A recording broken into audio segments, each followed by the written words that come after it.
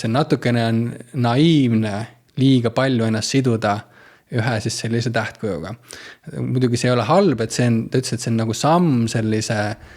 mütoloogilise olemise suunas. Et see on see soov olla kuidagi, nagu sa ütlesid, et see Maiade astroloogia aitab meil ka, sest kui me oleme siin terve elu sellest läänelikus olemisviisis ja pildis kinni olnud ja siis see astroloogia, Maiade astroloogia, võib-olla teine astroloogia, see pildikeel aitab meil välja liikuda,